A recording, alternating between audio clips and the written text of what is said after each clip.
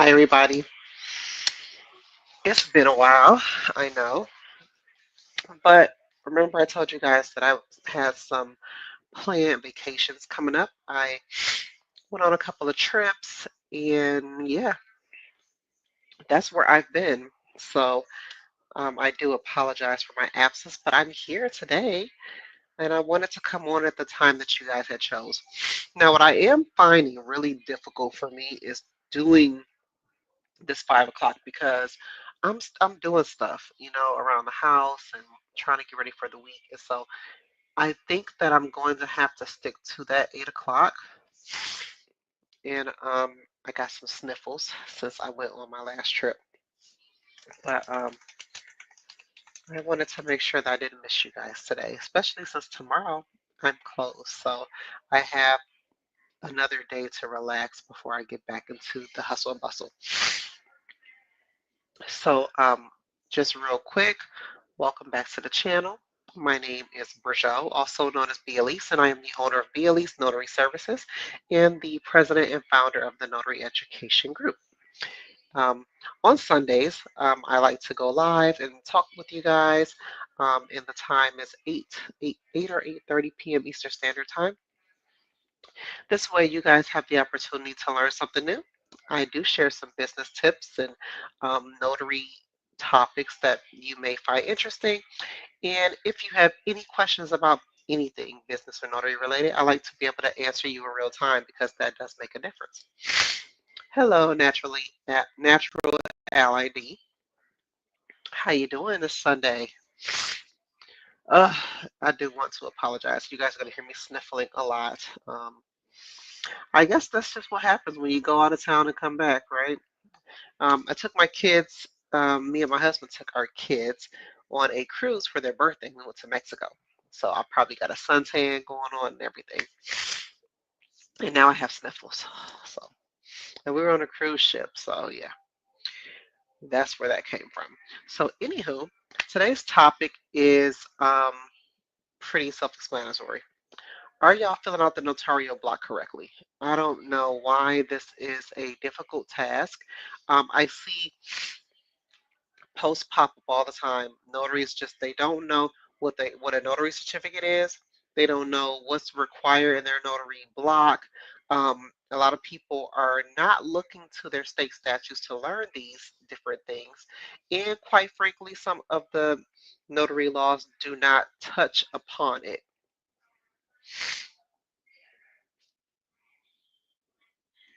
Oh, I'm doing good. I am doing good, Natural LED. So, I had the opportunity to teach 22 or 23 people for a company based in New York. They want at least one person in all of their offices to become a notary. And this is a notary in the state of New York. So I had to obviously study their rules and regulations because I'm a Florida notary, but I was able to deliver a presentation live to them, answer their questions, give them some real experiences based on my own experiences, and then we had a sample exam. So they really found that to be very beneficial. It was about 3 hours. I couldn't believe I could talk that long, but hey, it was 3 hours long, and they really enjoyed it. And so I really enjoyed teaching it. So, um, what I learned though is that in their statute, it tells them what's required in their notarial block, but it doesn't touch upon the notarization type. It's like it tells them that everything else needs to be there, but not that notarial wording, which is kind of disturbing, So this is why. So now I honestly know why some of you don't know how to fill out these notarial blocks. Thank you, Natural LED. It was definitely a great experience for me. Someone found me on Google and they reached out to me and asked me if I'd be willing to do it. We did a little bit of discussion on what they expected. I gave them my proposal. They liked it. We signed an agreement, and the rest is history. Yeah, it was a good experience. I really enjoyed it. which I enjoy teaching you guys anyway, because I want to make sure that you guys are out here doing the right thing. I hate to hear when notaries don't perform their duties correctly and you end up causing the person who relied upon you any type of harm, and we don't really think about it when we're doing it, but that can happen if you're not notarizing documents correctly and the person couldn't get done what they needed to get done with those documents, then it causes them harm in the fact that now they have to delay something that they were supposed to get done, right? You've basically just halted that and put it on the back end, and then they're like, wow, here I am.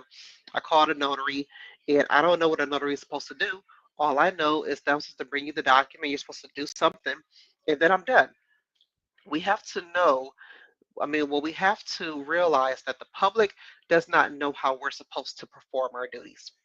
So I think it is important. I had someone ask me, do you think that it's a good idea to pay to take somebody's training? Yes, I do. Okay, because those people, and please do your research. I'm not going to tell you just to take anybody's training. Do your research on the person first. But people are offering training for the same purposes that I am, mostly. You have some who are just doing it because they want to make a quick buck, but there's a lot of people just like myself who just genuinely want to help you guys to make sure that you're doing this right. Okay. And we do the work and are doing the work. And so this is why we're able to create trainings and teach you how to do it right. So, yes, that is going to come with a fee. Many of us, like for me, example, I taught that class, okay? It was a property management group. They have several different offices and people in each of those offices. And the proposal that I delivered, I had to make sure that I delivered on that, right? So it took me 2 weeks to learn their laws and to put together a presentation and to be able to help them prepare for the exam that is required for them. So yes, that's going to cost money. It's not going to be free. It's something that I have to take out time to put together, and I put a lot of effort into it. And a lot of other people who have these training programs, they do the same thing. So don't feel mad or get upset because they're charging a fee for their time and their expertise, because that is what you end up having to spend because you don't have it yet. You're trying to get there. So you have to pay the fee so that you can get there. Or if you don't want to pay the money, then do it on your own and try to figure it out. Some people just don't want to do that, and I get it, but you can go on there and figure it out. Follow all these different YouTube gurus, um, Google, rely on AI, do all of that. It's going to take you time, and some people just don't want to take out the time to do it. But the teachers, we put all of that research that you have to do, we put it all into one place, and then we teach it to you. So I hope that that helps some of you with the trying to decide if you want to take somebody's training to learn how to notarize documents correctly. Now, let me go ahead and find my talking points because I want to get started on that and not continue to, get off topic or whatever. Let me find it. It was this one. All right. So, all right, guys. So what is the notarial block? All right, because some people are just they kind of confused about it. They're like, I don't know what documents I'm supposed to notarize and which ones I'm not supposed to notarize. When you are reviewing documents that is being requested of you to be notarized, you're looking for the notarial block that will have the venue, which is the location. Okay, it's going to say state of, county of. Sometimes the state and county is already pre-printed, and that does happen a lot. It just means that you're going to have to correct it so that they know where you perform the act at. Okay, and then the date. The date of notarization is super important. Okay, they need to know where you were and when you witness the signer's signature. Okay, acknowledgement or jurat oath affirmation. The name of the signer. Okay, some states don't require you to put the name of the signer in the notarial block, but it is a best practice to do so. Okay, because we want to know, who did you witness sign the document. Sometimes it's not obvious. Okay, well, this person signed. What if those signature lines don't have a pre-printed name below them? Then we don't know whose signatures are on the document. So the person's name, printed name in your notarial block. The type of act. There should be keywords present to let the recipient know what type of act was performed by the notary, okay? Whether it's an acknowledgement, a jurat, an oath or affirmation, a signature was just witnessed before the notary or whatever. But keywords lets the person know what type of notarization was performed. And then the signer, I mean, not the signer, the signature of the notary, okay? Once you have witnessed the signer sign the document, you need to sign stating that you witnessed it. You need to print your name, okay? Because sometimes our signatures are not legible. Okay, everybody's signatures are not legible, so you can't tell who signed this. Okay, now I know what you're going to say. Well, on my notary stamp is my printed name. Yes, it is. Some states require you to print your name, some do not. This is why it's important for you to be able to reference your notary guide, handbook, primer, statutes, whatever you have for your state. And then your stamp. Now, everybody's stamp is different. Okay, some stamps have the name, where you're commissioned, your expiration date, and then some have your specific location that you're registered or whatever. But the stamp. Okay, some states don't even require a stamp, but I just think it looks neater if you do have a stamp. Like Michigan, they don't require you to have a physical stamp.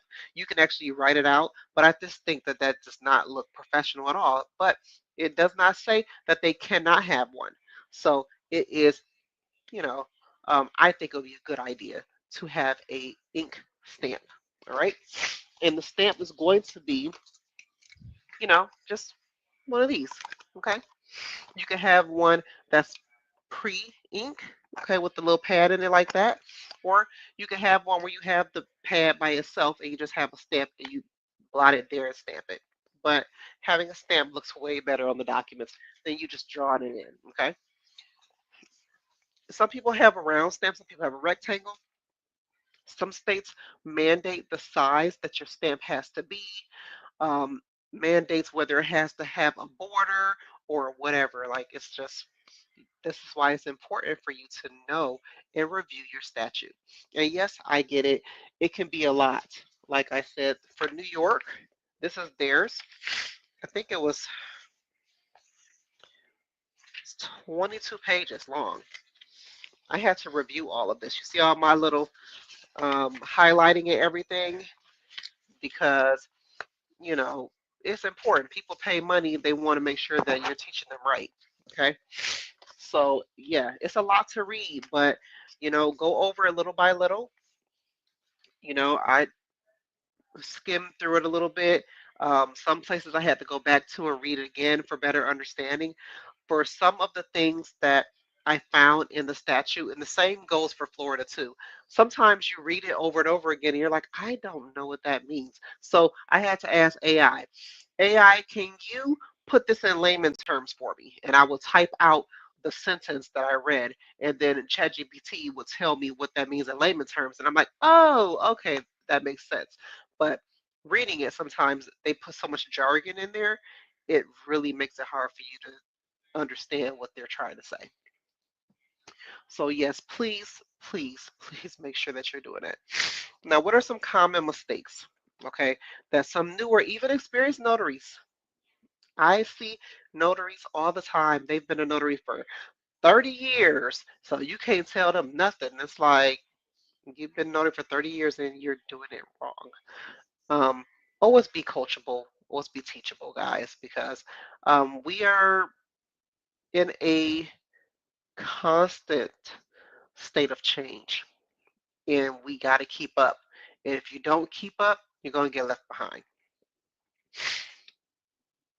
New and even experienced notaries think that they're just signing and stamping documents, and that is not it. You have to review for accuracy, completeness. You have to make sure that all of pages of the document is there. Um, Sometimes people will take documents out, and so it's important that maybe you notate how many pages were present when you notarize a document. And I know you're like, that's just a little too much of what I don't want to do, but you know, people can appear to be trustworthy until they're not. All right. So a person can bring you 15 pages, and because it doesn't have page numbers in the bottom corner, you would think that that's all the pages. So you would notarize it. Well, what if it was 18 pages?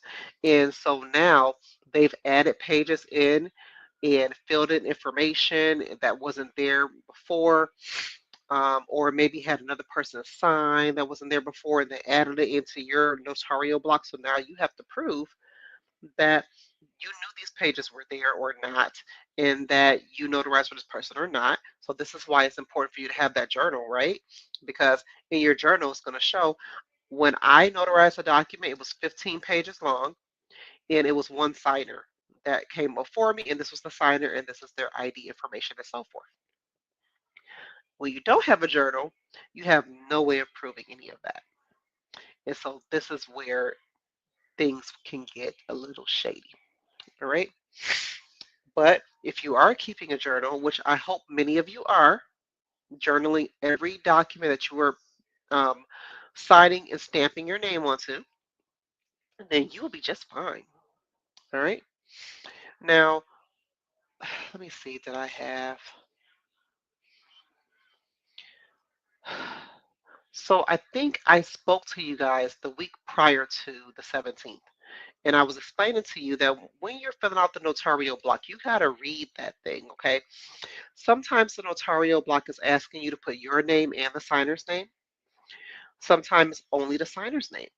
Sometimes having you put your name and your title and the signer's name.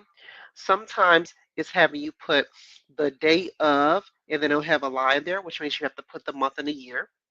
Sometimes it will have you write out the whole date. Sometimes it will have the pre-printed date there. Sometimes that's wrong. So this is why we're not just signing and stamping documents. We actually have to read and review what is being asked of us, because if we need to make any corrections, that is the time for you to do so.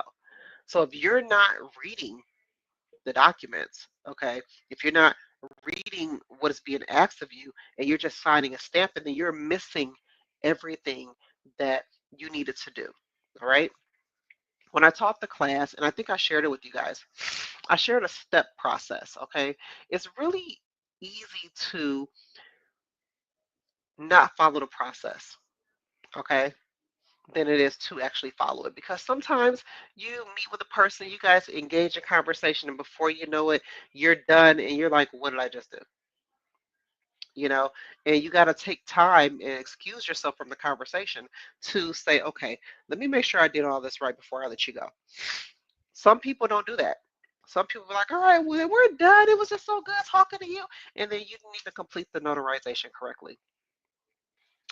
And sometimes you'll forget to journal. Sometimes you'll just look at the document, start signing and stamping, and you forget to do the ID.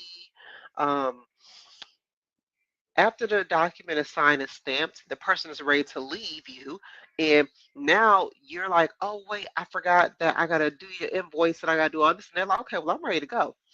This is why these are things that need to be done before you sign and stamp the document. Because as far as they know, when that document is signed and stamped, they're done.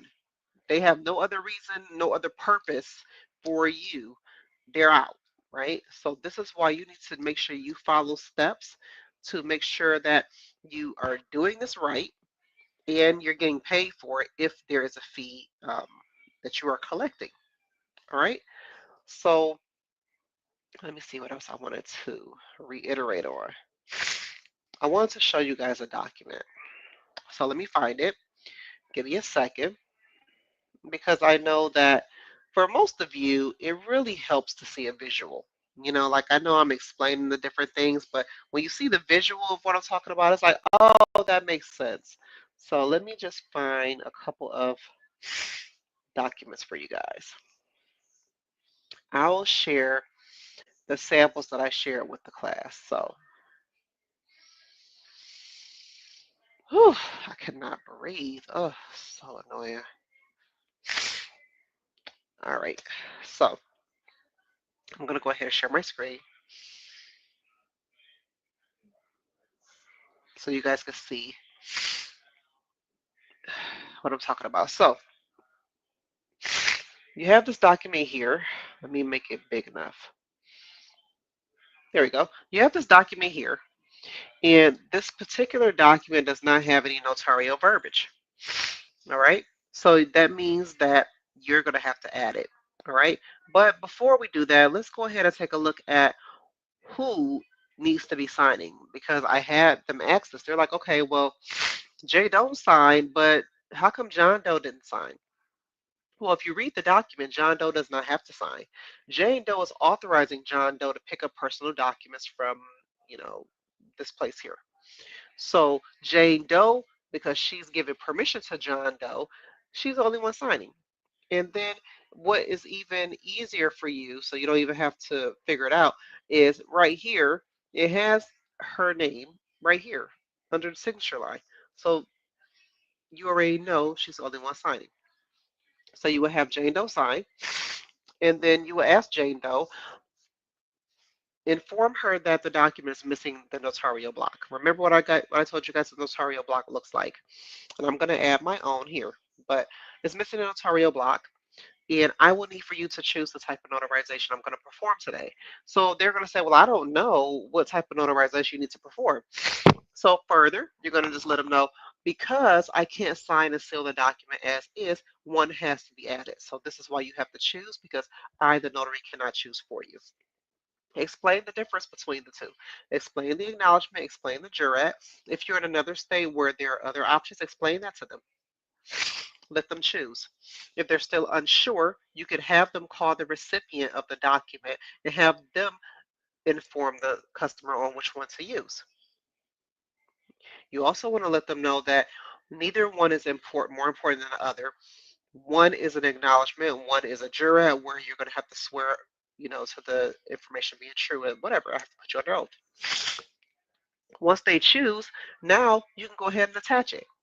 Now, because we have all of this blank space, if you have a notary certificate stamp, you could just stamp it on there, which I do. Okay, so it's a really big fat stamp here. But this I can stamp right on the document itself and then fill it out. Some people like to handwrite.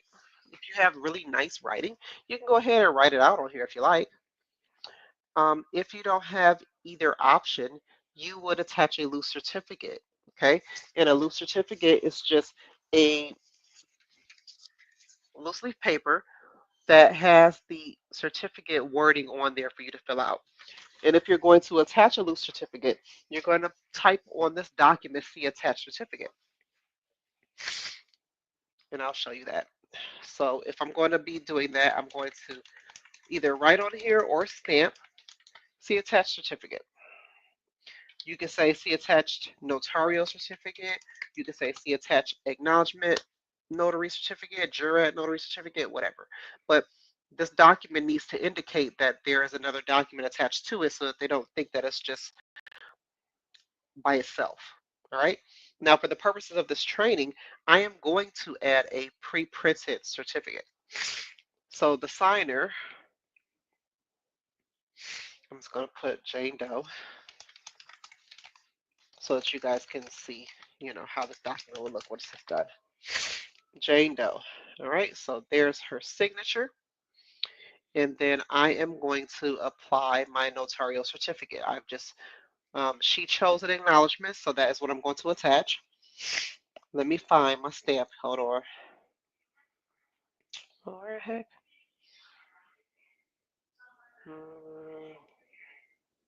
Where's all my tools at? Where I can add a stamp.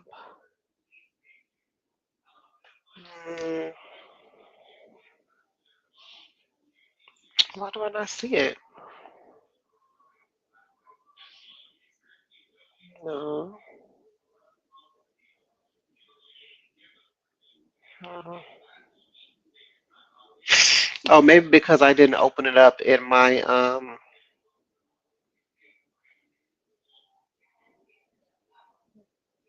right, hold on. Let me download it.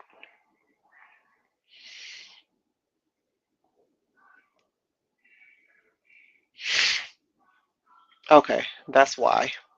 Okay, here we go. All right. View more. Got a stamp. All right. I was freaking out. Like, what happened? All right. So let's go ahead and add an acknowledgement certificate here. All right. And then I'm going to proceed to fill it out. All right. So put my county, today's date.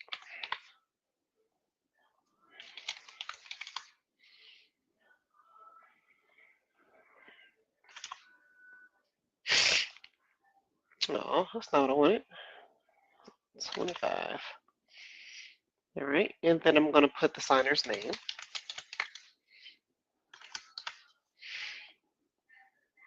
I'm going to print my name. There we go. And I want to add a signature. I'm going to just type one up here. Goodness, my keyboard is acting up today, isn't it? All right. Add my signature to the document. It's going to take a minute since I'm sharing my screen.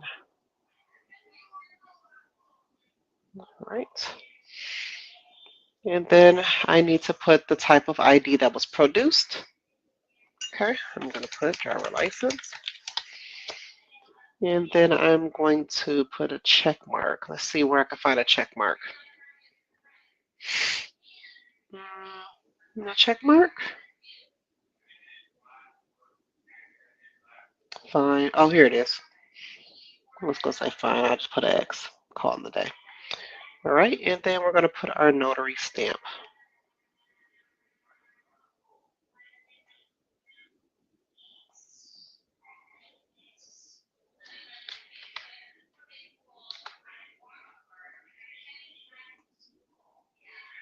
All right, so this is now done. All right. Oh, no, it's not. I have to put that they appeared before me, physical presence. All right, now it's done. Okay, so I added a notarial block, which is also known as the notarial certificate, pre-printed it right on the document. All right, now let's look at another one.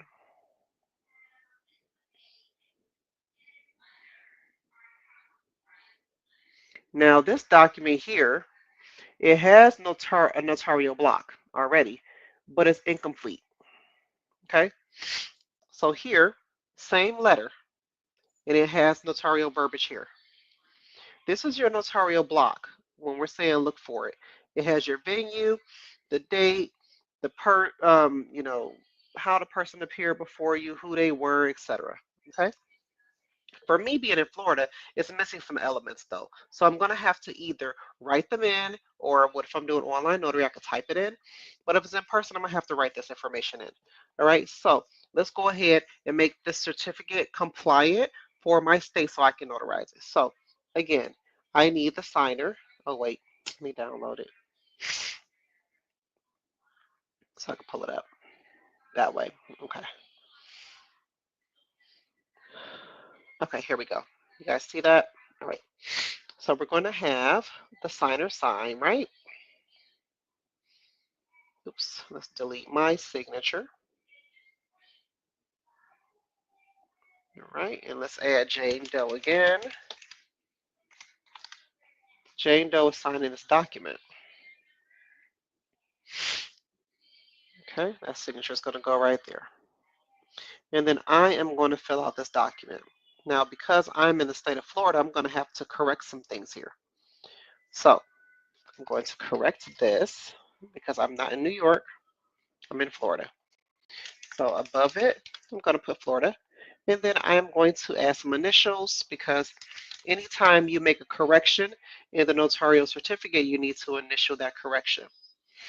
Now, we shouldn't be making any corrections in the document itself. Like up here, I can't make any corrections up there. But anything that is the notarial part, I have jurisdiction over how that gets completed and how that looks. All right? So let's go ahead and put the county, the day,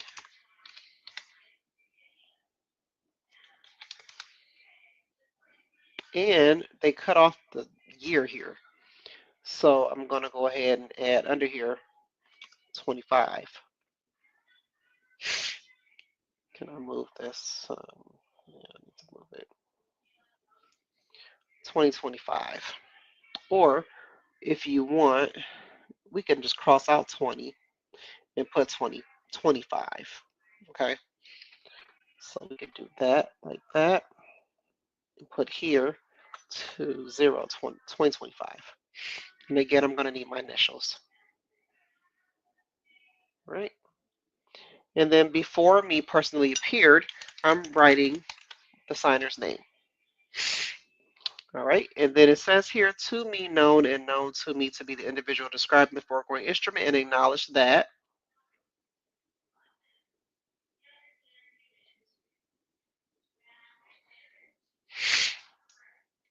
A lot of people get stuck here because what's happening is that the certificate is having you add information that you don't normally add.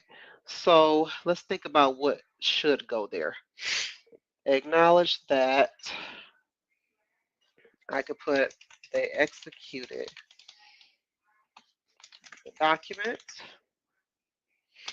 and presented a driver license as identification. Okay. Or you can put acknowledge that they signed the document for the purposes intended. Okay. This is something that you were, yes, natural, Allie D. So where did I get that stamp? I think I ordered it from Allstate Notary Supplies, I think. Let me look right quick. Allstate Notary Supplies. Yeah, allstatenotarysupplies.com. Let me copy that for you. There it is, allstatenotarysupplies.com. All right, so let's get back to the document here. And presented a driver's license. All right, so here, personally appeared is basically physical presence. And then they acknowledge the document, they present the driver's license, this is their name, address, the venue. And now I'm going to have to sign the document, print my name, and stamp.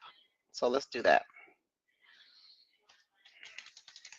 And then, because Florida is so helpful with helping us to remember the different elements, I know that there's supposed to be 9 present. So I just need to count it, count the different elements so I can make sure I got them all there. So I can make sure that the certificate is going to be compliant. All right, let's type my name.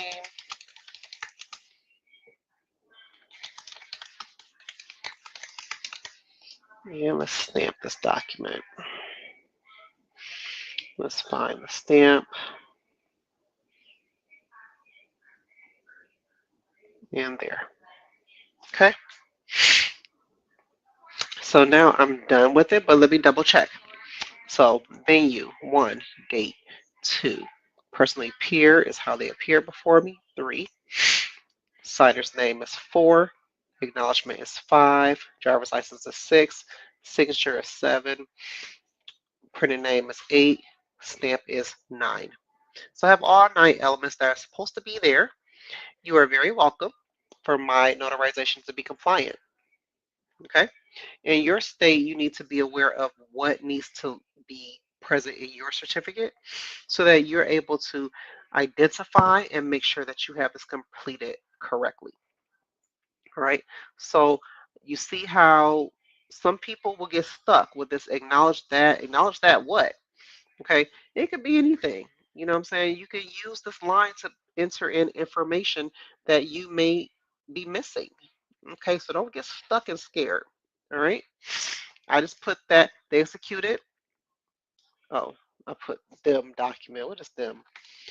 Oh, shoot. What is going on? Executed a document, presented a driver's license identification. I also could put acknowledge that they signed the document for the purposes intended. You put anything. Okay, that makes sense. Okay, not just anything that makes sense. Okay, and so that is how you properly notarize a document with incomplete notary verbiage and a document that has none at all. But the notarial block, I don't want to see any more people talk about they don't know what a notarial block looks like or what it is for. This is your notarial block here, guys. All right, let me see if I can um, draw a, here we go. This is your notarial block, all right? And sometimes you won't have the venue at all. And sometimes you're just going to have to add it. Sometimes you have two venues. You'll have a venue up here that you can't correct, and then you'll have a venue down that no venue down here at all. So you need to add the venue in your notarial block so that they know where were you located when the document was notarized, especially if it differs from the one that was at the top of the page, which sometimes that does happen. If you guys have any questions about properly executing notarial certificates and documents, you know that you can reach out to me. I am more than happy to help you make sure you do this correctly. All right, guys? So that was all I have for you today. I'm going to go ahead and take me some more medicine and lay down. But thank you guys for tuning in today. And like I said, I'm sorry for my absence, but you know, last year when I went full time, I promised my family that the following year that they would have me. And so that's what I've been doing this year. This is my second year being full time, and I am making sure I deliver on my promises. So we have been doing a lot of vacationing, a lot of spending time together, and they are loving it. So for me, it's about creating those memories that I couldn't when I was working for someone else. All right. So um, thank you, Natural Ally D. You have a wonderful week as well. And everyone, I will see you the next time I am live. Have a good day. Bye. Oh, and enjoy your Labor Day tomorrow. Bye.